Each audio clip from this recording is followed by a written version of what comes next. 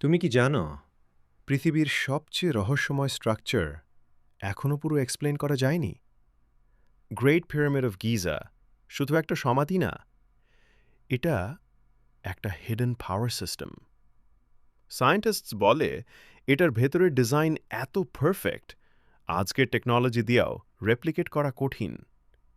আর সবচেয়ে ক্রিপি ব্যাপার, ভেতরে গেলে কম্পাস কাজ করা বন্ধ করে দেয়, ইলেকট্রনিক্স গ্লিচ করে।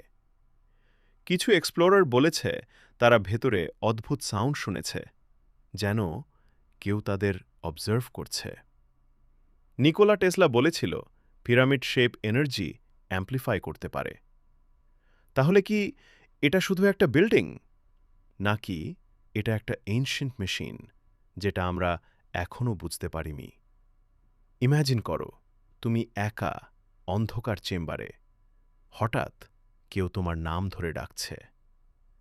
হিস্ট্রি সবকিছু বলে না, গ্রেট পিরামিড অফ গিজা এখনও লুকিয়ে রাখছে তার আসল রহস্য।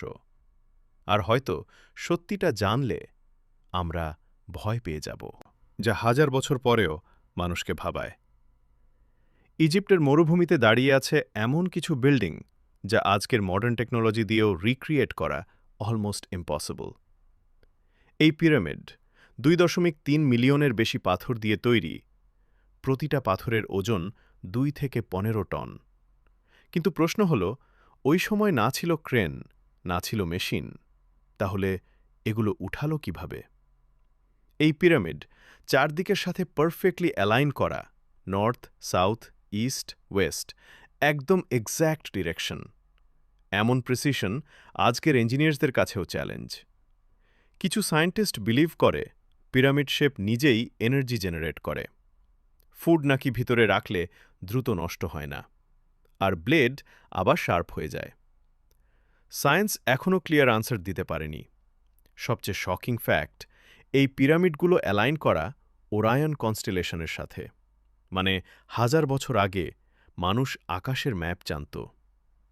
এতটা অ্যাকিউরেসি নিয়ে যা আজও আনবিলিভেবল।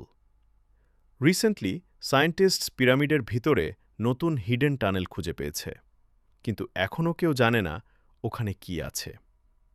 কোয়েশ্চেন হল, এগুলো কি শুধু মানুষের কাজ, নাকি এর পিছনে আছে আননোন নলেজ বা লস্ট সিভিলাইজেশন?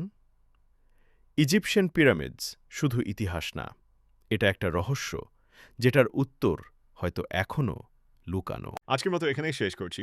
এইরকম আরও হিস্ট্রি ফ্যাক্ট ভিডিও দেখতে এখনই সাবস্ক্রাইব করো history of Sajib. Thanks for watching.